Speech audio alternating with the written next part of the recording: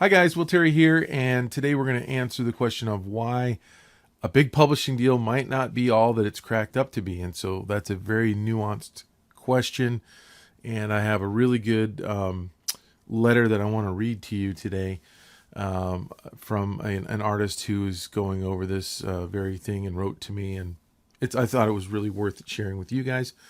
If you're new to my channel, I'm doing videos in a series. This is video number 22 about my journey on creating this book, Pickleball Paul, and the series.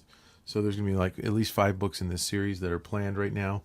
And these are the books right behind me. These Pickleball Paul books right here. And just so that you guys know, when you start seeing these books starting to disappear, these cases back here, from what you see right here is about half the books.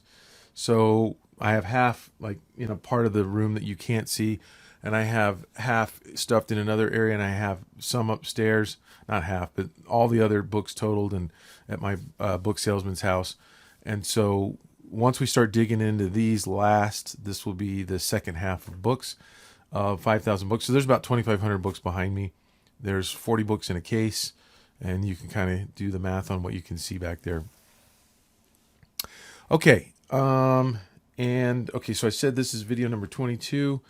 And I also want to let you guys know that in the comments, I answer questions at the end of my videos that I got from the previous week's video.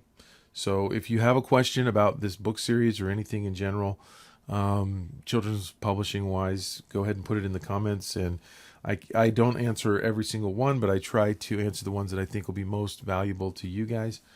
And with that, I want to get into the problem with getting a big publishing deal. Not to say that it's not great to get a big publishing deal, not at all, but there are reasons why things might not always be what you think they are. And I want to go through this letter, and I was going to go through, this person asked me not to use their name, and the book series that they made for obvious reasons. I mean, they've got a publisher, and they wouldn't want this to get back to the publisher, I'm sure, and to get out into the I don't know, the wrong people to find out that they're not the happiest campers in the world. But anyway, I was going to paraphrase some of this, and I just can't. It's written way too well. So I'm just going to read some of this and talk about it, and hopefully this is valuable information for you guys. Now, a lot of you know that I have published over 30 children's books mostly with big publishers, and that I'm doing this Pickleball Paul series on my own. And I've talked about why I'm doing it on my own and all that good stuff. And if you want to go back and watch some of the previous videos, I've answered all that stuff in there. I'm also dealing with allergies. This is allergy season. I'm heavily medicated on Zyrtec and local honey, and it's doing some good, but it's not preventing me from having the sniffles, and sometimes I'll start sneezing. So if I have to pause the video to sneeze, that might happen too. So I'm just going to start out with this. A writer friend of mine approached me with the idea almost 10 years ago of doing a series of illustrated chapter books together. Obviously, he writes them, and I do all the drawings, using the Diary of a Wimpy Kids books as a model. So these are probably like middle grade, I'm guessing. Basically, each page gets at least one illustration for a total of 150 plus black and white illustrations in the first book. That's a lot of work, 150 illustrations. Wow. I also taught myself InDesign and laid the whole thing out and designed the cover in color, of course. Here's a quick preview. And he says, rather withhold the title. The journey's been a long one, but I'll summarize by saying we got a publishing deal about 5 years ago through perseverance and hard work, meeting a lucky break. We were obviously very excited about it all when we started out, for sure. Our first book has been on the shelves of Barnes & Noble and there in the U.S., and also at our counterpart bookstores. This guy writes really well, and obviously I don't read very well. At our counterpart bookstores up here in Canada called Indigo. It's also available in both physical and digital form on Amazon. To be clear, this is all through the publisher, not us. But here we are 5 years later, and our series is stalled at this one book. delayed by contracts, lawyers, and the will of the publisher, or unwill, as it were, and we're certainly not making life-changing money on it. Of course, now I have to talk about that. What is life-changing money? And this person knows that life-changing money to one person isn't the same for another. I mean, $100 could be life-changing for someone who has nothing at all. But I would say for most people, life-changing money's, I don't know, $10,000, $20,000, $50,000. For me, life-changing money is $50,000 to $100,000. Like, because I know what I'm about gonna make in a year, and $30,000 or $40,000 doesn't really change much for me, because anything extra that I get, I put into my retirement account, in my investments and stuff. And so, I remember when 30 or 40, 50,000 was life changing. And allowed us to buy our first house, back in the 90s. But now, anyway, I don't know what that means. It's only our guess what life changing money is to this person. Of course, there were no guarantees that we ever would, and there were no, I guess, guarantees that their book would ever get published. And we're grateful to be a published author-illustrator duo, with an animated series possibly being optioned from it. Yes, you heard that right. And we acknowledge many people would envy us in our position. I love this guy's letter because it's so nuanced, and things are not just black and white. And I love talking about the pros and cons of something. And he even listed out the pros and the cons of this publishing deal. And so I think this is really good information for any one of you guys, and myself included, on when we're contemplating working with a publisher. There are good and bad sides to our publishing deal, and here's how that breaks down for our situation. Okay. And let me just say this before I read the pros and cons. A lot of people don't know about movie options or TV options, because that comes into play here. But when you are the creator of a property, not just the illustrator, and this is why I encourage illustrators to learn to write, because when you own something outright, I finally own a property. Yes, this is mine. Pickleball Paul is all mine. And that means that when they go, if I should say when, if TV or a producer decides that they want to make an animated series or a movie or something, they go to the creator of the project, not the illustrator. So in most cases, the illustrator doesn't get anything if they illustrated someone else's story. The options goes to the writer, the creator of the project. And by that, the option is basically done like this. It's usually for a span of time for a year. A motion picture company or an animation studio will option a property for that year, and they will pay basically rent on locking up that property for that year term. And if they don't make a movie or an animated series or whatever in that year, the property comes up for option again. They have the first right of refusal. They can re-option it. And so I know that I believe Orson Scott Card has made more money on the movie options for Ender's Game, because they've been optioning his Ender's Game movie for like 22, 23 years before they ever made the movie. And he got probably six-figure chunk of money every year for 23 years. So that's, if it was $100,000, that'd be $22.3 million. And so anyway, and he might have gotten a lot more than that. I don't know. But that it's important, I think, in our industry to understand that. I mean, authors understand movie options, and I have known a few illustrators who have actually switched over to writing, because just for the movie option possibility alone, wanting to make a a good grip of money in their lifetime and not wanting to just illustrate, story after story after story, and not being brought along for that ride. When that ship comes in, they've decided to spend more of their time writing than illustrating, because there are better, I would say there's better opportunities for authors in making really big money in those industries. So anyway, I'm digressing, but I think it's important to know and to think about that. So on the pro side, he says we got published and distributed in both stores.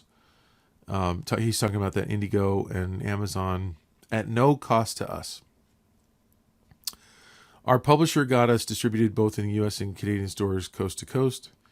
We received advances against the potential sales of our books. So you know how the advance works, where we've talked about that before, where you get, let's just keep the math really simple. Let's say that a book publisher comes to you and says, hey, we're going to give you $20,000 to illustrate this book and a 5% royalty. And let's say you make $1 a book, right? So you make $1 a book, and you got advanced $20,000. So at $1 a book, they would have to sell 20,000 books at $1 a book, so 20,000 times $1, to equal the amount that they gave you up front, and then you get paid $1 a book from then on every 6 months in the form of a check. And so if you sold 20,001 copies, you'd only get $1 more. If you sold 40,000 copies in the lifespan of the book, you'd get the original advance 20,000, and you'd get another 20,000 over time in every 6 months until the book went out of print.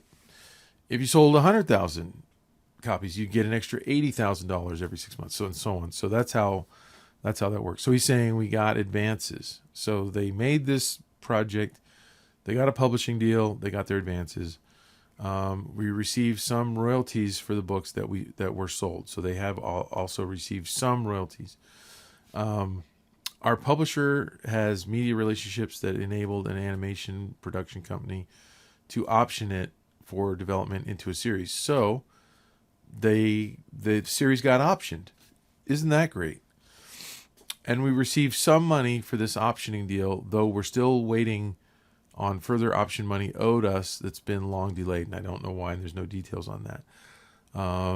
So all that sounds great, right? We're in the proverbial catbird seat. Again, we're probably luckier than most going this traditional route. But so like if you're someone who's just starting out, you want to get that publishing deal, you want to get some of your first illustration gigs from clients. I remember being in that and how exciting it was. And I don't want this to take away from anybody who's excited about getting those first deals. They are exciting. But hopefully if you stick with it long enough in this industry, eventually some find, not all, but some find the problems that this person is finding, which follow the cons, right? We no longer hold the rights to this property. It was bought, and he says, for very little by the publisher. That means we cannot release any further books, materials, merchandise on our own related to this property.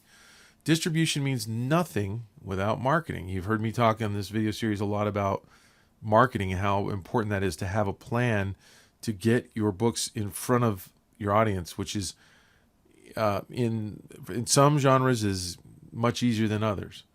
All right, if you're going for a mass market appeal, it's really difficult to interrupt people's lives to tell them about your book. People are very insulated, and there were easier times on Facebook and Instagram than there are today. Now it's very expensive to market on Instagram and Facebook and Google and YouTube. It's extremely expensive. And it's almost like those big tech companies have found just the right tipping point so that you can sell and make about the same amount of money. And I can't remember if I've said this on here, but I sold, after my Kickstarter, I sold a bunch of what they don't teach in art school books on Facebook, and I spent $50,000 in Facebook ads to make about $50,000 in revenue on the book. So I basically broke even. And what Facebook would say is, well, it's successful because you got all those email addresses that you can then further market to. And that is a great thing. But the guy I hired to run those ads and to create those ads and to do all the stuff that I didn't know how to do, said, if you had come along with this book maybe 5 years ago, that was kind of the heyday of Facebook marketing around 2015, 2016, maybe 2017, in that time, where they weren't charging enough so that you could make a 3 or 4x ROAS, which is return on ad spend, instead of a 1-to-1 or 1-to-2 or somewhere in that ratio, which it is now. It's just really expensive. So he says, so far we've done, he says, the publishers made very to little or no effort to market this book. We, on the other hand, took it upon ourselves to book our own bookstore signing events. So far we've done 50 plus of these. 50, that's a lot. Calling managers of individual stores ourselves and setting up times on weekends to do so. This person has a job in animation, by the way. I don't know if I read that in the beginning. This person is gainfully employed, makes great money, and in animation, and so this is like on their weekends, right? Like, they're working hard at their daily grind job, and then on weekends trying to push this property to explode out there. I mean, the thing in publishing is there's the haves and the have-nots. You're either making crazy good money or you're really not making much in publishing. And that's one of the reasons why I'm doing this Pickleball Paul on my own, is because I know I don't have to sell anywhere near as many books as a big publisher does to make the same amount of money or a lot more. And so this is a grand experiment that I want to do on my own. And I don't want to give it over to another publisher, and mostly for the reasons that I'm going to be reading here, right? So they took all this time to do this on the weekends. We also presented and signed and sold books at libraries and schools. We had our own banners and signage made for these events. In addition to that, I created an animated trailer for the book, as well as a separate comic book adventure starring the protagonist from the book. So another whole comic adventure that I had printed up to give away with each book, all on their own, again, at my expense. All this time and money came out of our own pockets. So they took some of the money that they got on the advance and just reinvested it into the project, just going, well, the publisher's not going to do this. And why would the publisher do it, right? The publisher doesn't do it because, I talked about this on the 3-Point Perspective podcast the other day. Their model is a lot of publishers have a 10-to-1 or a 9-to-1 or 11-to-1 ratio of wins to losses or losses to wins. For every 10 books they publish, only one of them makes money and the others lose money. And what they often will do is they'll say, okay, they'll buy up properties like, maybe if I was able to sell them this one, I'd say, okay, we're going to buy Pickleball Paul. Here's your 20 grand. And they do that 10 times. And then they just put them out there in their normal distribution channels, like at Barnes and Nobles, and put them on Amazon and put them in places where they can distribute them. But they're not really advertising them. They're not marketing. They're not doing anything special. And they look at the graph and they see which one starts to go higher than the rest. And they go, okay, so that one is the one that everybody seems to like. So then they focus their money on that one and push that one up. And so that's how you get Diary of a Wimpy Kid. Now, of course, the property's good. I'm not saying anything about the property. It's good. It's great in many cases. But that's just the reality, is that they don't want to try to pick winners. They try to pick a group. They take a shotgun approach and try to pick a group of potential properties that could win, and then they prop up the one that starts to do well, with no effort of their own many times in the beginning. And this is the biggest thing that people don't understand. When they get that publishing deal, they think that this is the end. They've made it. For some, it is. For some, if they're that one, then they're the ones that are up on stage going, I wrote the thing and it was just amazing, and I'm up there and they're crying and they're like accepting their award, and they're like, I just had this idea and I sent it to the publisher, and I mean, and usually they have a lot of more struggles along the way, and I don't want to diminish, but I have heard talks from people who have come in especially to the young adult or middle grade novels, and they just kind of overnight successed it. And they came up with good stories, and more power to them. But what they don't understand is that maybe some of it wasn't completely earned, that, maybe their book did a little bit better for whatever reason. Maybe you guys, the illustrators, did a really good cover and people bought it more because of the cover, and then that pushed it up, and then the publisher put money behind it, and now it's doing really good. And simply because the illustrator that was picked did a great job. Maybe they were on their game that day and they made a really good cover. So who knows why? Publishers don't know why, so that's why they shotgun. The next thing he says is no PR from the publisher. We arranged and paid for all of this ourselves. That's public relations, right? To including getting booked on radio shows and podcasts, and even flying out to another city just to get 5 minutes on the air on their local morning news program. So this is all on their own dime.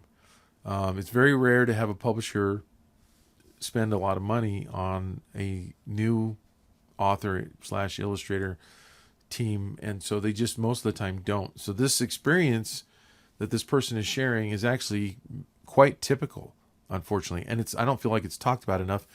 That's why I'm reading it to you. We had to pay an entertainment lawyer and an agent out of our own pockets to make sure all levels of contract negotiation looked after our rights.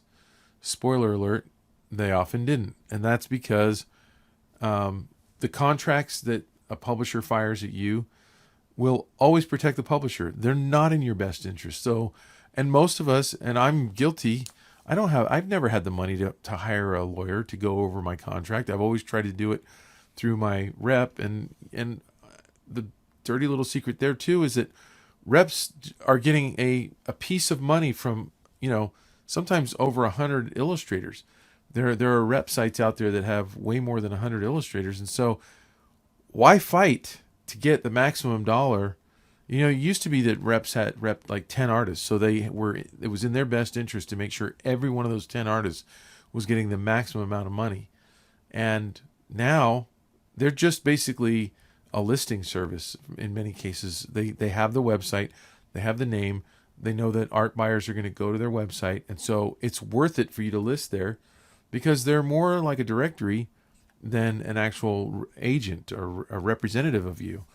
And so these guys were like, well, if we want to look out for ourselves, we're going to have to pay for it. So they bought a lawyer. Says, and these contract negotiations took months and months. So they had to go back and forth with the publisher, trying to make the contracts work in their favor a little more than the way they were. The publisher will always try to sneak stuff in there that just works in their favor. That's just the way things are. If you're negotiating to buy a car or sell a car, you're selling, the other person's buying, you're buying, the other person's selling. You're going to try to get, if you're selling, you're going to try to get the most amount out of that car. The buyer's going to try to pay the least. Somewhere in the middle is where you end up figuring it out. Well, if you don't have an attorney fighting for you, good luck, right? Publisher and their media partners got the lion's share of the money from the books. My partner and I split a little less than 20% of the cover price, and we were told that's good. And that is. It's usually 10%. That means for every book sold for $10, my partner and I split something like $1.80. Yeah, that's pretty good.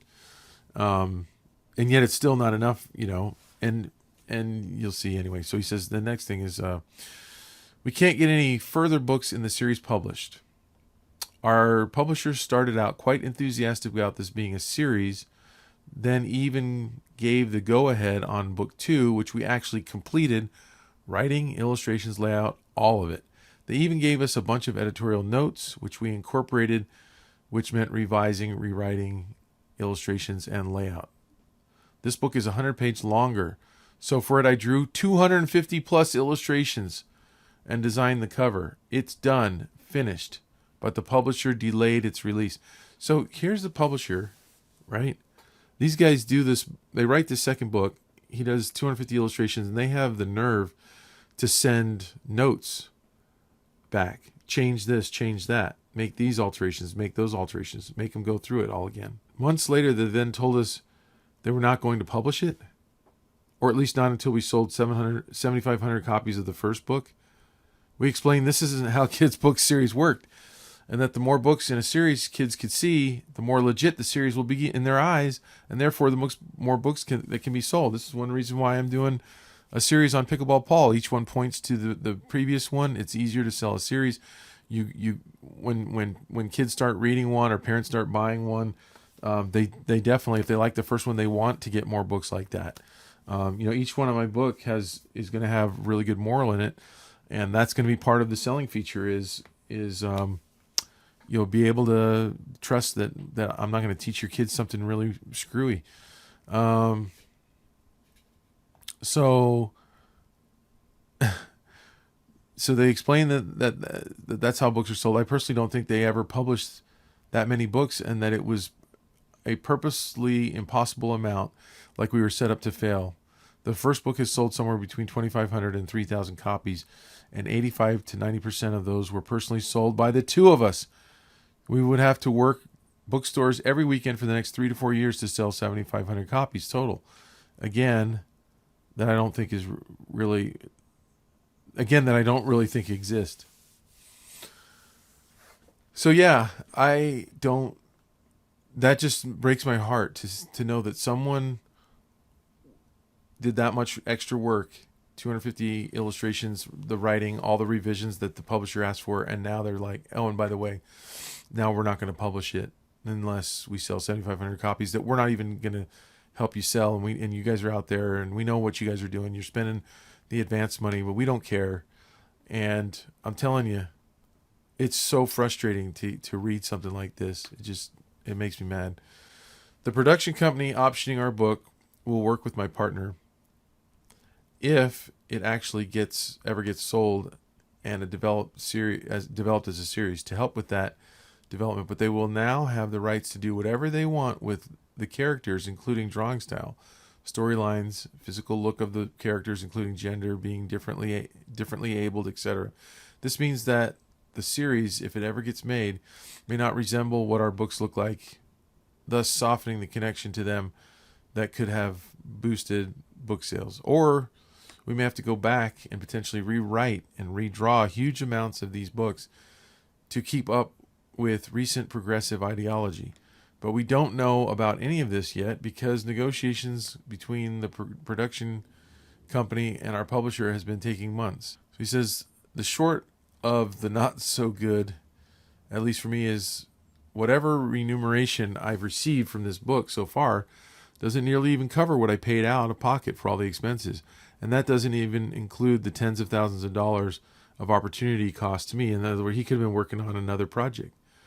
I spent 5 to 6 months illustrating, laying out, making editorial changes to book 2 in this series that may never see the light of day, and my partner and I have spent hundreds more hours trying to market our first book.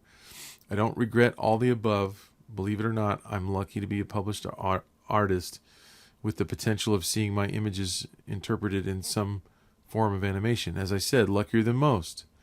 But I know after this experience and listening to everything you have to say about publishing, Will, that I would definitely go about things a lot differently now if I wanted this to be a legitimate alternate stream of income. Sorry for the length, believe it or not.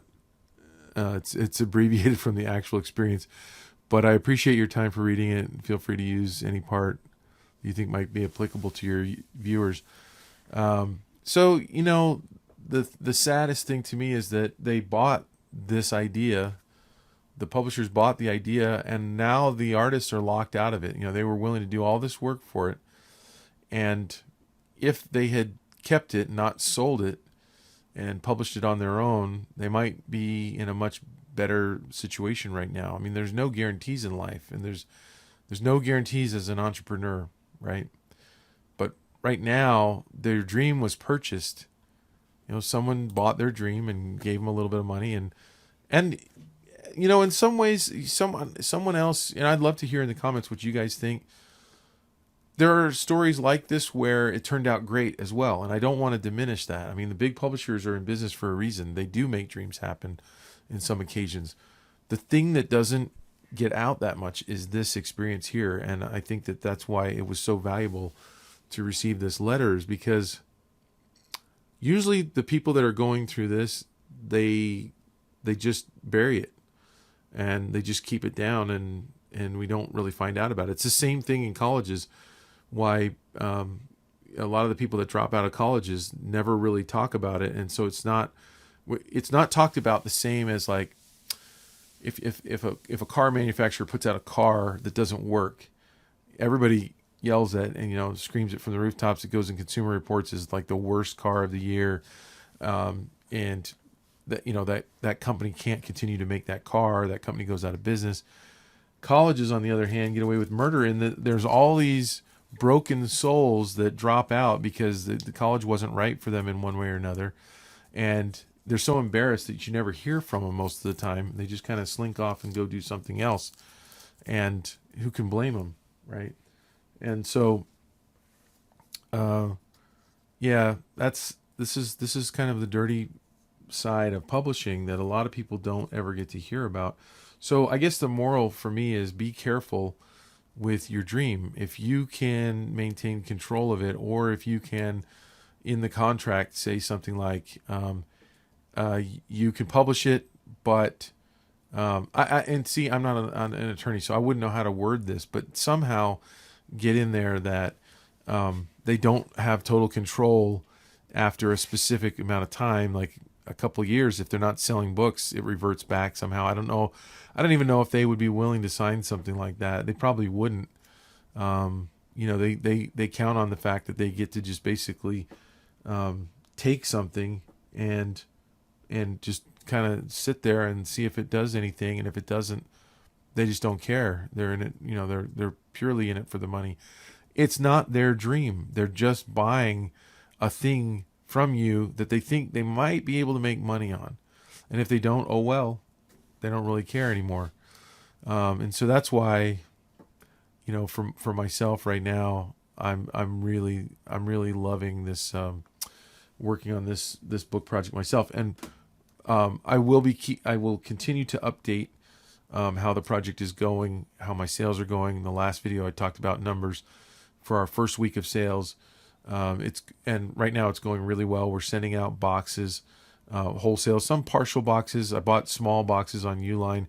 Some vendors and paddle or like racket shops want to test out 10 books. That want to test out 15 books. One order for 30. They didn't want a full case, and a couple for full cases. So that's what we've been sent out since the last video, is a couple more boxes of books. And tomorrow night we have this interesting thing, a tie-in, a pickleball night with the Arizona Diamondbacks. Back from a sneezing fit. Pickleball night with the Arizona Diamondbacks, which is they're going to set up pickleball courts in the parking lot, and they're going to have some of the top pros there. And we have a booth, and we're going to be selling our books. And I have no faith that we're going to sell a lot there, because it's mostly baseball fans going in. So it's a tie-in that they're trying for the first time. I have no idea how many pickleball fans will be there. It was the most expensive booth space I've ever heard of in my life. I'd love to know if you guys have heard of any more expensive space. It starts at 5. The game starts at 7. And the way they did it was we had to buy $2,000 of tickets to then either give out to our friends or sell. And so my salesman, being the salesman that he is, he decided to do this. And he worked a deal where he could get the tickets in advance and sell them consignment. And he sold all of them. So we have a $2,000 value space amongst some of the big paddle manufacturers and the other big brands in pickleball. I doubt that there will be any small grassroots people like us there, because $2,000 for 2 hours, that's $1,000 an hour. And I did the math. When I was doing comic conventions, a 10 by 10 was usually about $1,200 for a weekend, which was like 30 hours, 28 hours to be more precise on most events. 28 hours, $1,200. The math that I came up with was about $42 an hour to have a 10 by 10 space in a corner booth at a big comic convention. And this is $1,000 an hour. I will report. I'll probably have video for the next video that I do. Then I'll report on that and let you know anything else that's going on. Again, watch the previous videos if you want to know how I'm marketing this and all the lead up and all the production of this book and everything. And now I want to answer a couple of questions that came in. And so the first question is from Maureen, and she says, my book editor says that since I'm doing a book series, I'm creating a brand. I don't know much about branding. Is that something that just happens from creating a name for yourself from your work, like Will Terry Art, or do I need to actually do something to make it a brand? And then the second question was, my editor mentioned the same sentence, that I might want to trademark the title of my book series. So I'm not really sure. I'm going to answer the second one first. Not really sure about trademarking. I know that it is more for logos and for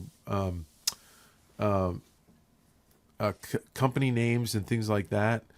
And copyright is more for works of art, and literary works would fall into that, music works.